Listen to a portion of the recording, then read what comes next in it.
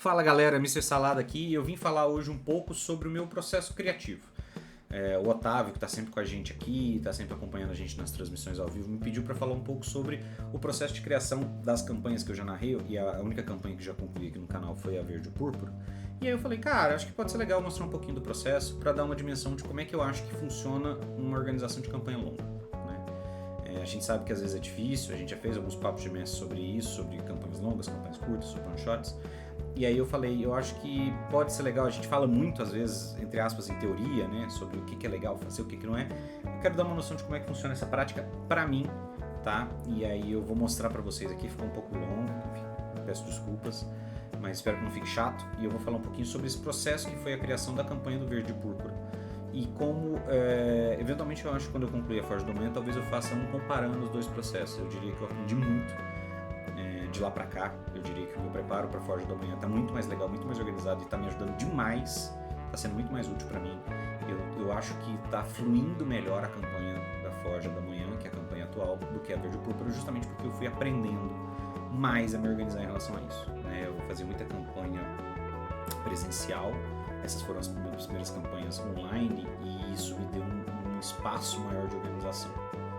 Enfim, eu vou falar bastante, já falei bastante, vou falar bastante, então vou evitar estender demais a introdução. Vamos pular direto para o que foi o Verde Púrpura.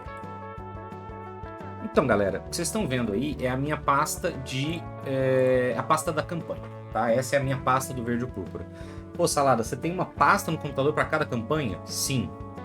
A primeira recomendação que eu vou te dar quando você for fazer uma campanha longa: organização. Seja para uma campanha presencial, seja para uma campanha remota, né, ou online, é ideal que você consiga organizar o seu material, de preferência centralizado, todo em conjunto, com backup, senão você vai desesperar em algum momento se alguma coisa acontecer. Mas você ter esse material todo junto, para que você tenha acesso a ele muito fácil, certo? Então eu tenho uma pasta para cada campanha, e como as minhas campanhas são todas no mesmo cenário, no meu cenário próprio de Bloomshin, eu mantenho uma pasta também com material de Bloomshin, especificamente. Perfeito? Então vocês estão vendo aí, são as pastas e os documentos que estão especificamente na minha pasta do Verde e Púrpura. Perfeito? Bom, primeira coisa que eu vou falar com vocês aqui. Esse arquivo aqui é o arquivo crítico. Esse aqui é onde eu começo a campanha. É o plot. É um arquivo só. Eu vou botar ele aqui na tela para vocês. Ó. Esse é o plot. Então eu tinha um resumo do plot da campanha. Salada, que inferno. Você escreve em bloco de notas? Sim, eu sou old school. Eu escrevo em bloco de notas. Esse é o meu jeitinho ninja. É o que eu faço, tá? Você tá vendo aí? Eu ajustei a tela para você ter uma dimensão do tamanho dessas anotações. Por quê? Porque isso aqui é o plot principal. Aqui eu tô resumindo a minha história. Então, quando eu fui escrever a campanha do Verde e Púrpura, eu comecei por aqui, tá? E aí eu faço algumas observações para mim mesmo, eu tenho algum grau de organização, mas basicamente, você vai ver que aqui no topo, deixa eu aumentar de novo aqui para ficar visível, basicamente você vai ver aí no topo, ó, deixa eu fechar esse triganete aqui, que é um outro arquivo de outra coisa que eu tô fazendo, ó. Beleza? Você tá vendo ali, ó, tem um resumo do plot da campanha. E aqui é o resumo do que foi a campanha do Verde e Púrpura. Uma organização secreta chamada Inquisição Púrpura possui dois principais objetivos: destruir Blunt e desacreditar os deuses perante a população como um todo. Para isso, trabalha com diferentes objetivos. O líder da organização é o da Glittergen, tenta descobrir como o Blunt surgiu em busca de uma forma de invocar e destruir o Protetor Esmeralda. Já Silfaen, Inquisidor Geral e ex-companheiro de Blunt, quer descobrir como Blunt foi criado para replicar o processo e ter o poder necessário para destruí-lo. Os demais Inquisidores possuem, em geral, causas pessoais para entregar a organização, em geral se dedicando a ataque generalizado a religiões como um todo. Esse era o plot da campanha do Verde e Púrpura. Por isso que ela chamava o Verde e Púrpura, porque o verde era o Blunt, né? Para quem não lembra, na campanha, o Blunt era um semideus praticamente no meu cenário, que era originalmente um mago e que depois se tornou um devoto da Estrela Verde, né? Que é uma classe de prestígio que tinha da terceira edição. Enfim, ele é um construto vivo. E ele é um herói da Federação, ele é responsável por criar a Federação, mas o vilão, o Eldor Glittergen, que era o principal vilão da campanha do Verde e Púrpura, tinha problemas específicos, pessoais, com razões para odiá-lo e para odiar religiões como um todo. Então o plot era esse, e aí a Silfaen, que era a segunda grande vilã, que no final inclusive trai o Glittergen, tinha outros motivos. Então o Glittergen queria destruir o Blunt e a Sylphiane queria replicar o que aconteceu com o Blunt para que ela tivesse o mesmo nível de poder dele. Então esses eram os dois principais vilões.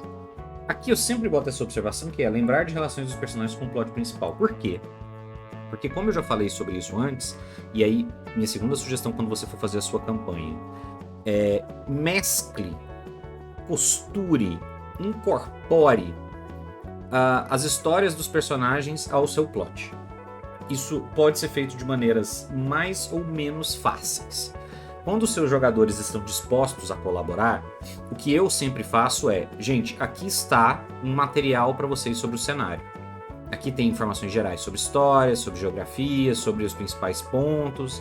Não necessariamente assim, eu não tenho o plot, mas assim, tem uma premissa às vezes do contexto da situação. E aí as pessoas podem voluntariamente fazer as histórias dos personagens já levando esses fatores em conta. E isso ajuda muito. Isso facilita muito na hora de você incorporar a história do personagem no cenário e ligar isso de alguma maneira à premissa. Por que isso é bom, Salada? Porque isso aumenta a imersão. Um jogador cujo personagem tem uma história mais fortemente relacionada à história do cenário ou à premissa da campanha que está rolando, ele vai estar mais conectado, ele vai ter mais interesse, ele vai estar mais disposto, porque aquilo afeta o personagem dele diretamente.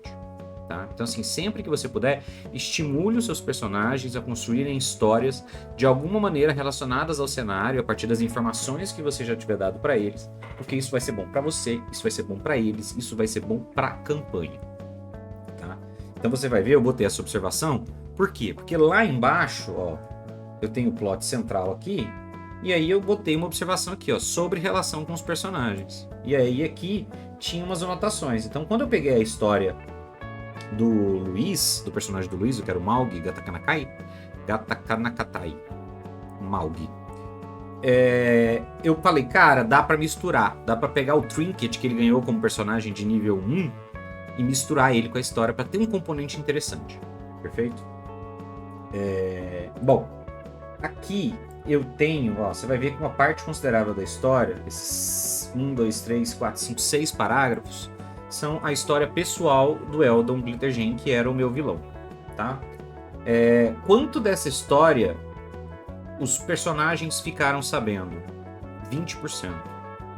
Então, para que eu escrevi essa história?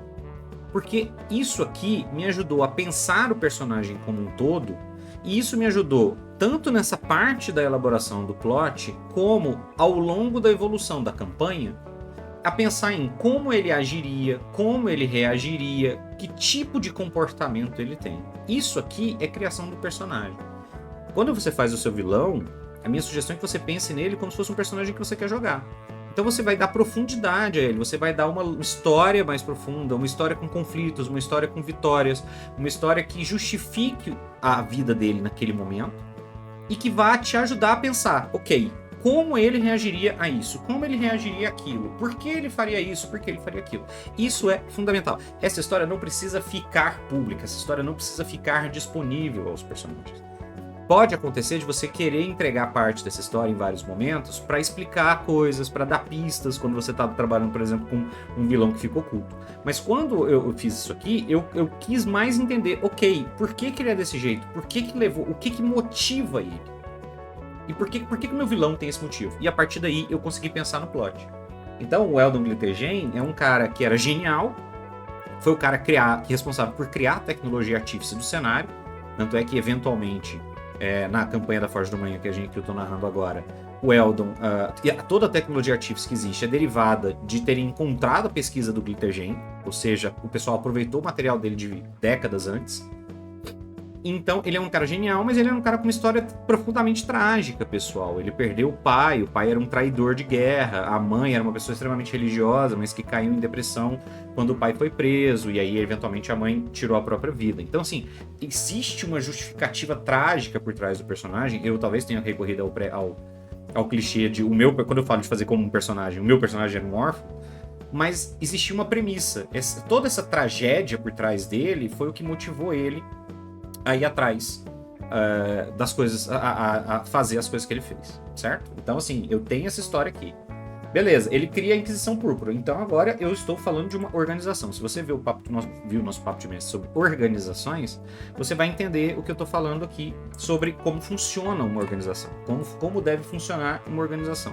Então, eu tenho uma organização secreta, que é a Inquisição Púrpura, e aí eu estabeleci mais ou menos o que era a história. Então eu vou falar sobre como ela foi criada, como ela é financiada, por que ela é, como ela surgiu, por que ela surgiu, né? Até o nome da organização tá justificado aqui nessa história para mim, e aí eu tenho aqui um detalhamento do personagem, tranquilo, certo? A hierarquia da organização tá aqui, e aqui foi interessante por quê? Porque na hierarquia eu estabeleci que, em sendo uma inquisição, eu queria que ela tivesse capítulos, que ela fosse dividida por capítulos, ou seja, cada cidade teria uma divisão dessa organização, que seriam os capítulos. Então você tinha um capítulo de Zuflusten, um capítulo de Mestres. Então cada cidade tinha um capítulo que era comandado por um inquisidor, que era o nome que era dado aos oficiais dessa organização, as pessoas de confiança do criador da organização, que era o Glittergen. Então, eu coloquei a Sylvain, que eu mencionei ali em cima, como uma inquisidora geral, ela era braço direito dele, né, a pessoa que ficava exposta, visível. E aí depois eu fui fazendo os capítulos, cada capítulo. Então um capítulo tinha uma pessoa, um capítulo tinha outro, então eram 4 capítulos, né? Eram 3 capítulos, né? Então os principais capítulos eram Mesoplusten e Hyrden. E em cada um deles eu pensei em um personagem. Eu falei, beleza, eu tenho a história do meu vilão, eu tenho a organização que ele criou, eu tenho o que ele quer.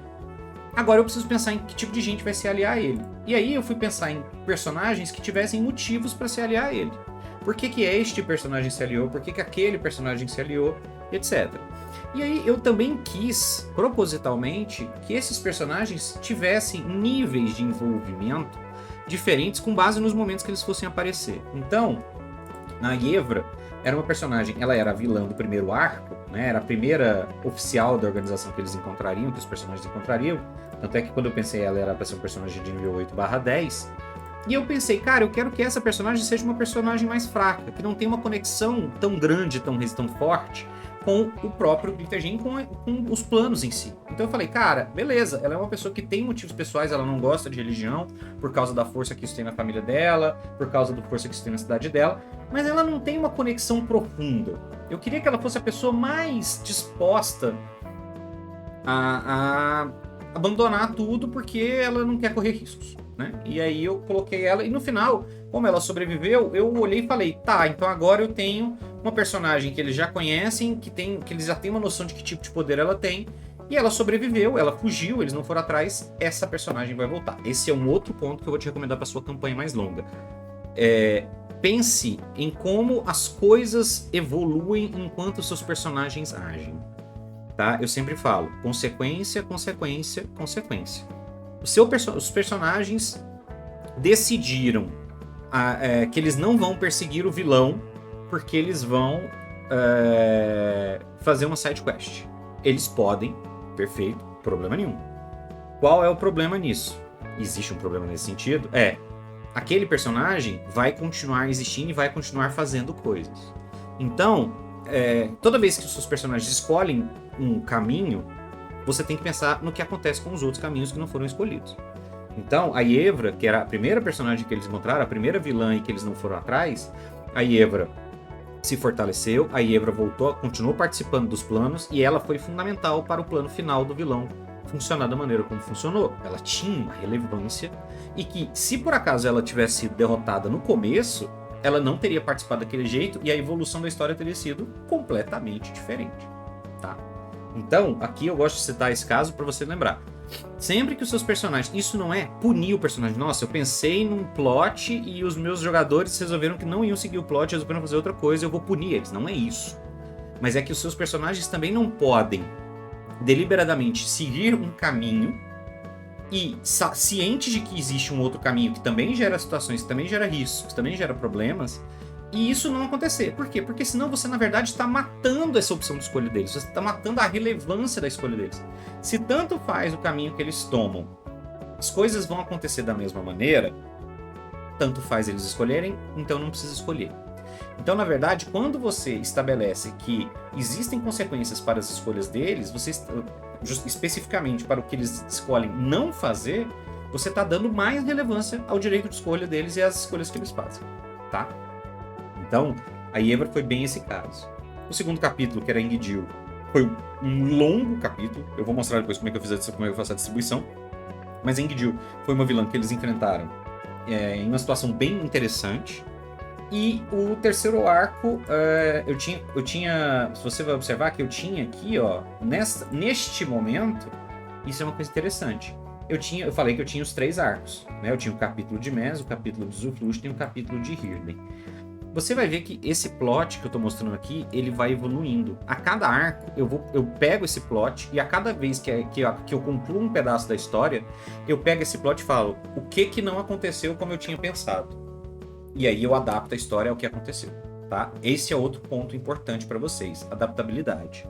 Você se planeja, você pensa a sua história, você pensa coisas que podem acontecer e você vai apresentando esses desafios para seus personagens. A forma como seus personagens reagem, o que eles fazem, o que eles decidem fazer e não fazer, vai decidir os próximos passos. E aí você vai olhar, ok, isso que eu queria, que eu pensei, que eu planejei que acontecesse, não tem como mais acontecer. Esse personagem foi derrotado. Esse personagem não era... Eu não achava que esse personagem fosse derrotado, mas foi. Ele tá fora. Esse personagem foi morto, não era pra ter sido morto, tá fora. Esse personagem que eu achei que eles fossem derrotar, prender ou matar, escapou. Isso altera a história também. Entende? Então, você vai levar em conta todos esses fatores, tudo que seus personagens fizerem, você vai se adaptar ao que eles fizeram e vai atualizar o seu plot. Você vai atualizar o seu plano. Beleza, eles impediram. O plano original do meu grande vilão era fazer tal coisa. É impossível fazer tal coisa. Então ele vai ter que mudar de plano. O que ele é agora? Não, agora ele quer matar os aventureiros porque os aventureiros impediram ele de fazer esse plano. É uma possibilidade. Não, ele tá adaptando o plano dele. Beleza, não tem mais como fazer isso, então eu vou atrás de um outro caminho para fazer isso.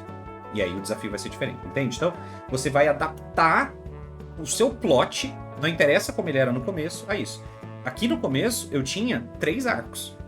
E depois esses 3 arcos viraram 4 arcos. No sentido de eu tinha 3 capítulos e depois eu incluí um 4º capítulo. Que era o último Inquisidor. O penúltimo Inquisidor, no caso, que é o último Inquisidor que eles enfrentam antes dos vilões finais. Certo? Então eu tinha o capítulo de Fluchten, eu tinha o capítulo de Hírden, que era Neri Moonveil. E você vai ver que todos esses personagens eu resolvi que eles teriam alcunhas. Tá? Isso é uma coisa interessante também. Então... E isso é uma coisa que você pensa às vezes quando você tá fazendo o personagem. Quando você pensa, eu quero personagens, eu quero personagens, eu quero personagens. Pô, esse personagem aqui, ele vai fazer isso, não sei o quê. Pô, ele vai ser alcunha. Então a Sylvain era a arquiteta. A Yennefer era a bruxa. E tinha lógica, né? Ela era arquiteta porque ela era responsável pelos planos e ela era uma feiticeira Clockwork Soul, que é uma pessoa ligada à ordem. A Yennefer era a bruxa porque ela era uma barda da Escola dos Sussurros especializada em encantamentos. Então ela controlava, ela encantava as pessoas, por isso ela era a bruxa. A Engadil era chamada de A Louca porque ela era o braço armado do rolê. Então ela era chamada de A Louca porque ela era extremamente forte e ela era uma combatente e ela era muito agressiva. E a Neri cozinheira é porque a Neri vai ser a primeira alquimista do meu cenário. Assim como o Eldon se torna o primeiro artífice, a Neri é uma artífice alquimista. Ela era extremamente capaz, extremamente inteligente e ela vai trabalhar com alquimia. E ela é a responsável pela poção, pela cólera púrpura, que é a poção que vai nortear essa história. Já falei bastante aqui. A cólera púrpura, originalmente, inclusive, eu falei na cólera púrpura no papo de mestre sobre venenos, né, o segundo papo de mestre que a gente teve sobre venenos, vai ficar disponível em algum momento aqui no YouTube, procurei depois, virou cólera púrpura. No começo ela era a fúria violeta. E aqui eu expliquei isso aqui, tá? Tanto é que aqui, ó, o capítulo de Pravda, do Zildan, o demônio, ficou depois. Por que eu fiz? Porque a fúria violeta era um negócio tão importante que eu quis parar pra pensar como é que funciona esse veneno. Tá? Como é que funciona esse veneno? E aí eu coloquei esse veneno aqui.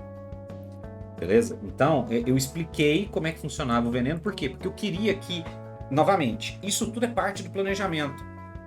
Como funciona esse veneno? Como ele é feito? Por quê? Porque a hora que eu penso como ele é feito, isso me ajuda a pensar a minha história.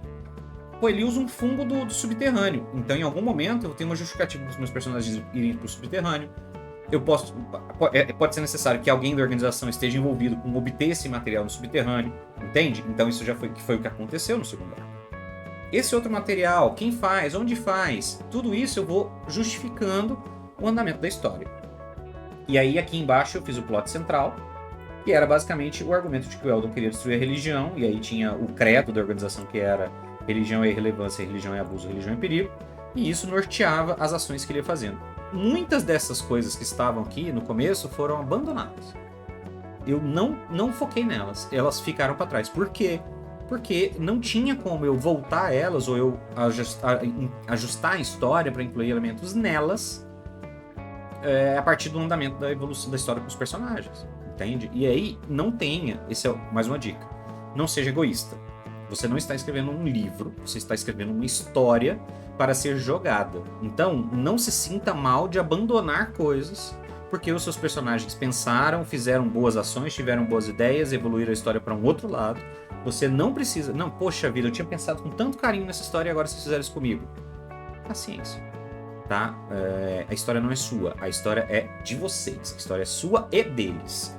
Todo mundo é igualmente relevante. Então, abandona, sem peso no coração, sem medo de ser feliz. Joga embora.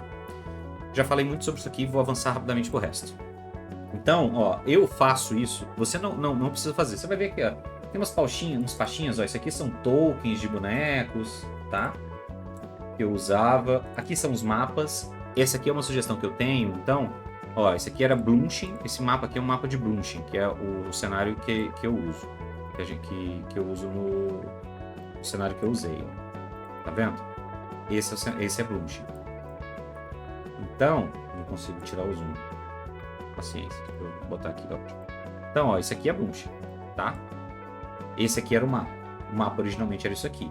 O mapa do reino antes de virar a federação. E aí eu tinha o mapa do pré-guerra, que é esse que eu abri, e o mapa pós-guerra, que era a federação em si. Então esse aqui era o mapa que a gente tinha de referência quando a gente estava jogando, e esse mapa mudou eventualmente para a Forja da Manhã. O mapa original era esse. Você vê que aquele mapa lá é uma versão ajustada desse mapa aqui que eu produzi vamos ver quando. Eu produzi há muito tempo. Ó, este mapa é de 2018. Foi a primeira vez que eu fiz esse mapa para narrar uma campanha, tá? Então aqui eu tenho cidades, eu tenho Dungeons Caves, eu tenho Festum, que era uma cidade. Porque esse aqui eu aproveitei o mapa da campanha que eu tinha narrado antes para incorporar algumas coisas. Mas aqui, ó, Obezum. Aqui é um bom exemplo. Por que eu estou mostrando esse mapa para vocês?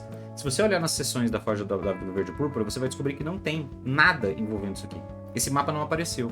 Por quê? Porque essa cidade era uma cidade que eles poderiam ir em algum momento. E eles não foram. Mas eu tinha esse mapa na mão, eu tinha as marcações, eu tinha criado os lugares do mapa, tá vendo? Ó, prefeitura, Olho de Obezum, a Samura Joalheria, orfanato, etc. Eu tinha um plot pensado para esse lugar e eles não foram. Tá? Então, ó, tem toda uma explicação do que é Obezum aqui. Não tem problema, né?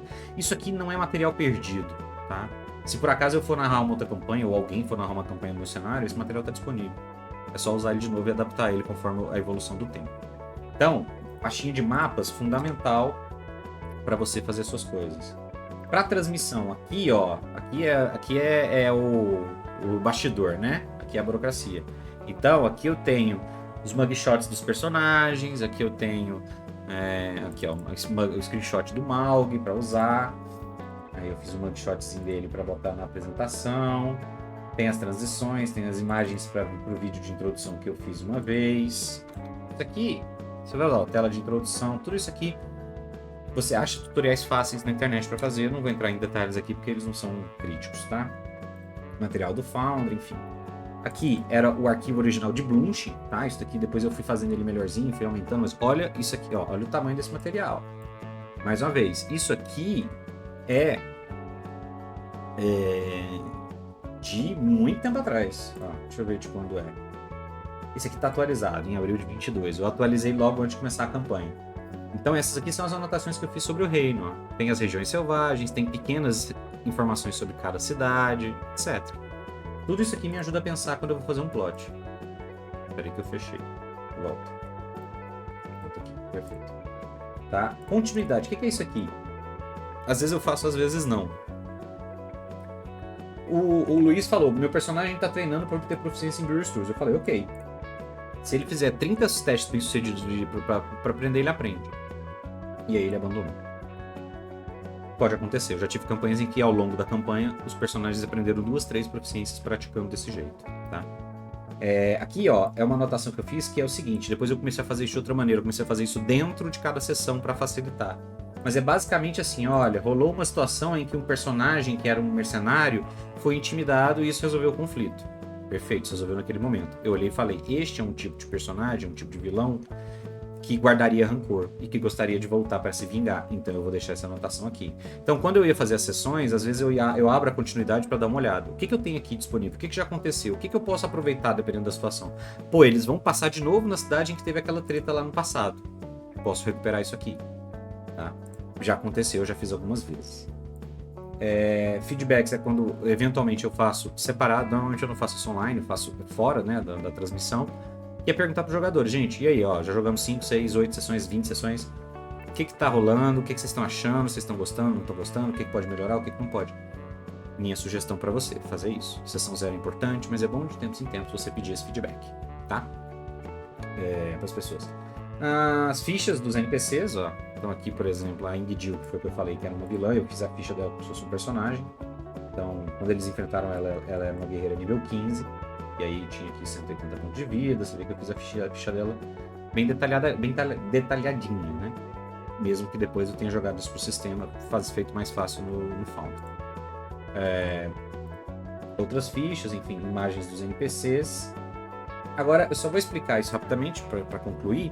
É isso aqui, ó. O que acontece? Eu divido a minha história em arcos.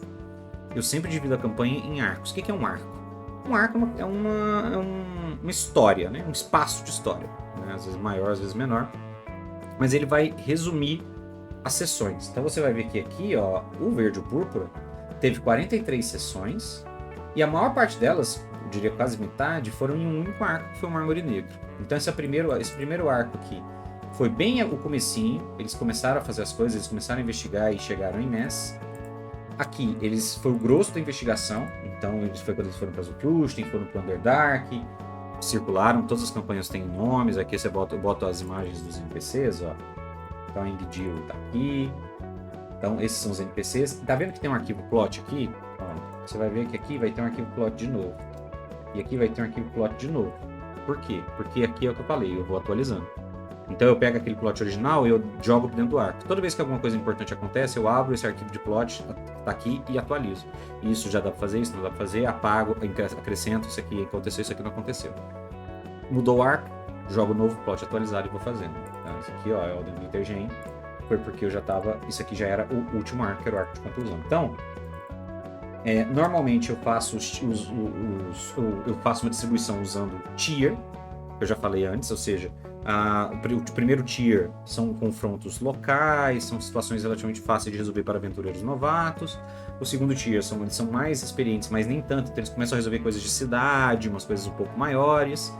E aí o terceiro tier, que é ali já do nível, entre os personagens entre o nível 9 e 12, eles já estão fazendo missões maiores e mais relevantes, né? E isso é uma classificação meio que oficial, tá? Isso é uma sugestão que o próprio livro do D&D faz para você na 5ª edição. Acho que faz nas outras edições também. Então, a terceira, eles já começam a resolver situações que são potencialmente importantes para países. Nesse caso aqui, como eu considero quase como país cada cidade. Então, eles já fazem coisas que podem ameaçar um território grande até. E aí, a partir do nível 12, aqui não aconteceu, mas já tá fazendo coisas que afetem os continentes inteiros. E aí, a partir do nível 17... você já está fazendo coisas que podem afetar, em tese, o multiverso. São pessoas que podem destruir o mundo. Eu tenho uma campanha jogada nesse cenário que chegou a esse ponto. Que eu começaria do nível 1 para o nível 20. E no final eles já estavam enfrentando coisas que, se eles não conseguissem vencer, poderiam acabar com o multiverso. Faz parte do processo. Então, aqui eu anoto as minhas sessões. Ó, e aí você vai ver que a maioria das sessões eu tenho dois arquivos. Tá vendo? Eu tenho encontros e aventura. E aqui é a anotação. Então, por exemplo, ó, a terceira aventura. Eu começo falando, beleza, o que aconteceu no anterior? E aí eu começo a elaborar cenários. Caso os personagens voltem a tal lugar, se eles não voltarem a tal lugar, se eles forem diretamente pra cidade, porque no final da aventura eles falaram, a gente tá indo pra lá. Então já coloco aqui. E eu vou fazendo observações, faço anotações. Aqui eu já começo a botar informações. Pô, quem pode ver, quem pode não ser visto. Tem teste, tem confronto. Ó, no dia seguinte, após interrogar, os personagens serão atacados na rua por mercenários pagos para matá-los. Isso aqui é um pouquinho a aventura pronta. Eles falaram com o fulano, tem uma consequência. Eles falaram com o Beltrano, tem outra consequência. Eles foram em tal lugar, e aí você vai incluindo informação. Pô, teste, CD20. Pô, eles vão ser procurados. Um esforço de memória permite lembrar do rosto do homem, mas CD20 permite lembrar que ele estava numa taverna específica. Então, você vai fazendo pequenas observações sobre o andamento. Isso é muito comum de aventura pronta, tá? Porque aí eu faço as anotações pra mim mesmo e eu vou guiando. Então, pô, eles foram em tal lugar, eles não foram. Salada, eles foram. Eu fiz isso. Beleza, meus personagens foram pra outro canto, totalmente diferente. E aí, eu faço o que com isso? Chora? Não, você improvisa. Tá? E aí é o que eu tô falando. Aqui, aí sim entra o aspecto mais importante. Que eu criei o leilão do Correio de Ombro, são parênteses. Eu criei o leilão do Correio de Ombro especificamente para esse dia. E eles não foram participar. Tá? Eles não foram participar. Eu criei, e eu gosto muito dessa mecânica, da lógica do leilão do Correio de Ombro, que é um leilão da cidade, em que as pessoas leiloam caixas, encomendas que foram esquecidas, né, tipo achados e perdidos. E é um negócio muito legal e tinha muito potencial pra eles. E eu falei, cara, eu acho que eles vão curtir. Eles tinham motivo pra ir, mas eles não foram fazer outra coisa. Sei lá, vi. Tá. Salada, eles mudaram. E é por isso que você precisa ter aquelas anotações todas do resto do seu universo. Então, se você sabe o que tem na cidade, se você pensa, se você criou a sua cidade, se você leu sobre a sua cidade, se você tem na cabeça o que tem nessa cidade, cara, a gente não quer ir nesse leilão, não. A gente quer ir no bar, a gente quer ir na feira. O que tem na feira? Você, puta, eu tenho minhas anotações aqui. A feira tem isso, a feira tem aquilo, a feira tem aquilo outro. Você consegue elaborar a partir daquilo e improvisar. A gente quer sair na porrada, beleza. Você para e pensa, o que tem na feira? Tem guarda? Tem bandido? Tem não sei o quê? O que eu consigo ajustar a partir do nível de desafio? Novamente, experiência. Você vai com o tempo, você vai pegando o sujeito, você vai anotando, você tem isso na cabeça, tá? E é para isso que serve aquele outro arquivo que eu mostrei. Então aqui, ó, encontros. O que o encontro faz? Ó, aqui eu anoto quanto de XP as pessoas têm, quanto elas precisam chegar, quanto elas têm, e aí eu anoto milestones, ou seja, eu dou XP por milestone, e eu anoto os níveis de desafio. Lá no meu vídeo sobre como construir encontros, você vai ver as observações sobre isso. Então aqui, ó, eu sei que um desafio fácil é um desafio que dá 300 XP, um médio é 600, um difícil é 900 e um mortal é 1600. E aí eu anoto. Então assim, ó, milestones obtidas, eu anoto quais são os tesouros de cada personagem, e eu anotava antigamente, agora eu não faço mais isso, os possíveis antagonistas. Então tá, estas são algumas das possibilidades que eles podem encontrar do que já está previsto, mas isso me ajuda a ter uma noção. Se por acaso eles forem fazer uma coisa completamente diferente, eu posso olhar e falar, tá bom, um bandido, capitão e 2 bandidos. Eu consigo fazer esse cálculo relativamente rápido durante a campanha para apresentar um encontro totalmente improvisado, mas que na verdade não é improvisado. Eu sei qual é o nível de desafio médio que eles conseguem enfrentar, eu tenho uma noção de quem tá ali, porque eu conheço o cenário, e eu consigo calcular um desafio relativamente rápido. Perfeito? Então, esse aqui são as anotações gerais da campanha que eu vou fazer. Novamente, nada disso aqui é impositivo. Tá? Isso aqui são situações, são grandes e se eles forem em tal lugar, isso acontece. E se eles fizerem tal coisa, isso acontece. E se eles fizerem, com base no que eu apresento a eles como desafios e propostas, com base no que eles já estão fazendo, como consequência do que eles estão fazendo, e com expectativa, mas deixando espaço aberto sempre para reagir ao que eles fizerem e dar uma nova condição. E aí, isso aqui vai me ajudar, se eu em algum momento precisar ir pra porrada, eu tenho mais fácil esse tipo de anotação aqui para me permitir improvisar alguma coisa nesse sentido. Perfeito? Então, assim, falei demais, tá? Deixa eu voltar aqui. Isso você vai ver que são mais ou menos as mesmas coisas, ó. E em alguns casos eu boto umas imagens, faço as anotações de continuidade, às vezes um prop. Então essa aqui foi uma carta que eles receberam. Então, anotei aqui, ó, direitinho. Tá. Aqui os NPCs que eu mencionei lá atrás, os inquisidores. Então às vezes você faz, ó, aqui tinha os efeitos especiais sonoros. Aqui, por exemplo, ó, essa campanha aqui praticamente não aconteceu. Então poderia ter condição de luta, eles poderiam ter ido numa vinícola, não foram, poderia ter ido numa taverna, não foram, poderia ter ido numa rua, não foram. Um monte de coisa que não aconteceu, essa aventura praticamente não aconteceu, eu improvisei ela inteirinha a partir dali. Tá? Então, ó, tem a base, ó, estrelas, tem meios profetas, aí eu anotei umas armadilhas que tinham no lugar, dilema em xadrez, várias coisinhas. Se você teria que ter visto, acho que não dá pra ver o dilema em xadrez aqui. Ou dá, deixa eu puxar ele pra cá, acho que dá pra ver aqui. Não dá, enfim. Símbolo de Eldaf, que eu apresentei para eles. Enfim, é isso. Deixa eu voltar aqui. Então, isso é um pouquinho do meu processo, tá? De criação de campanhas. Espero que não tenha ficado confuso. A minha sugestão, não precisa fazer que nem eu, tá? Eu só falo por quê? Porque eu acho que isso funciona. Funciona para mim. Funciona pessoalmente. beleza? Vai funcionar para você? Espero que funcione. Se você tiver alguma dúvida sobre alguma coisa, algum ponto específico, o que eu faço, onde eu puxo, mapa, essas coisas, comenta aqui que eu respondo, porque senão o vídeo vai ficar longo, o vídeo já tá longo. Mas comenta aqui que eu respondo com muito carinho, e assim que possível, claro. E a minha sugestão é fazer isso, se organizar, fazer campanhas longas. Eu sou o maior defensor de campanhas longas do canal. Os meninos não são tão defensores quanto eu, mas eu sou um defensor de campanhas longas. E faz que vai ser legal, faz que vai dar certo. E cara, quando acaba, você passou um ano jogando uma campanha, é muito gratificante, é muito legal. Eu recomendo muito, é uma sensação muito boa. Perfeito? Então, fica um abraço para vocês, obrigado pela presença aqui no canal. A gente se vê na próxima.